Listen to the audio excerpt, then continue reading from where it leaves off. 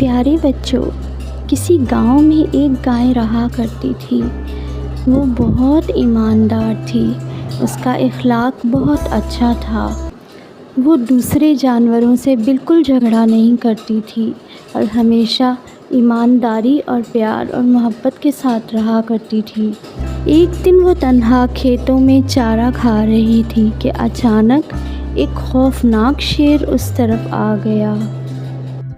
موٹی تازی گائے کو دیکھ کر شیر کے منہ میں پانی آ گیا اور شیر کئی دن سے بھوکا بھی تھا۔ جب وہ اسے کھانے کے لیے اس کی طرف بڑھا تو گائے نے کہا، بادشاہ سلامت، ایک منٹ رک کر میری بات سن لے۔ گھر میں میرا ایک چھوٹا سا بچڑا ہے جسے پیدا ہوئے ابھی چند ہی دن ہوئے ہیں۔ وہ بہت معصوم ہے، گھاس چرنا بھی نہیں جانتا۔ جب میں باہر چارہ لینے جاتی ہوں تو وہ میرے واپس آنے کا انتظار کرتا ہے۔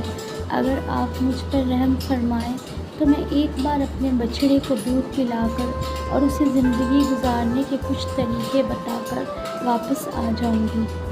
پھر آپ مجھے اطمینان سے کھا کر اپنی بھوک مٹا لینا۔ گائے کی بات سن کر شیر زور زور سے ہنسنے لگا۔ کیا تم مجھے بیوقوف سمجھتی ہو؟ اگر میں نے تمہیں جانے دیا تو تم دوبارہ واپس کبھی نہیں آؤ گی۔ یہ سن کر گائے شیر سے کہنے لگی، بادشاہ سلامت، میں کبھی جھوٹ نہیں بولتی اور نہ ہی دھوکہ دیتی ہوں۔ میں اپنا کیا ہوا وعدہ پورا کرتی ہوں۔ میں جانتی ہوں کہ ہر انسان نے ایک دن مر جانا ہے۔ میں بھی آپ کی بھوک مٹانے کے کام آؤں گی۔ ایک بار میں اپنے بچڑے کو دودھ پلا کر اور اسے زندگی گزارنے کی کچھ باتیں بتا کر پھر آپ کے پاس آ جاؤں گی۔ آپ پھر مجھے کھا کر اچھی طرح اپنی بھوک مٹا لینا۔ شیر کہنے لگا، ٹھیک ہے، اگر تم کہتی ہو تو میں تم پر یقین کر کے تمہیں جانے دیتا ہوں۔ تم جاؤ اور اپنے بچڑے کو دودھ پلا کر جلدی واپس آؤ۔ گائے جلدی سے بھاگتی ہوئی اپنے بچڑے کے پاس گئی۔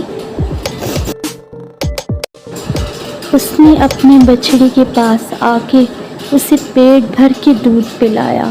پھر اس کے بعد اسے محبت اور درد بھری نظروں سے دیکھ کر کہنے لگی، میرے پیارے، ہمیشہ اچھی زندگی گزارنا، سب کے ساتھ مل کر محبت سے رہنا اور یاد رکھنا کبھی جھوٹ نہ بولنا، ہمیشہ ایماندار رہنا۔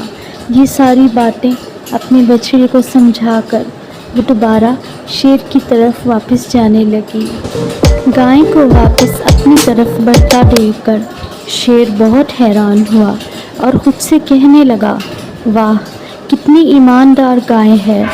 اس نے اپنی جان کی پرواہ نہ کرتے ہوئے اپنا وعدہ پورا کیا اور میری بھوک مٹانے کے لیے آ گئی۔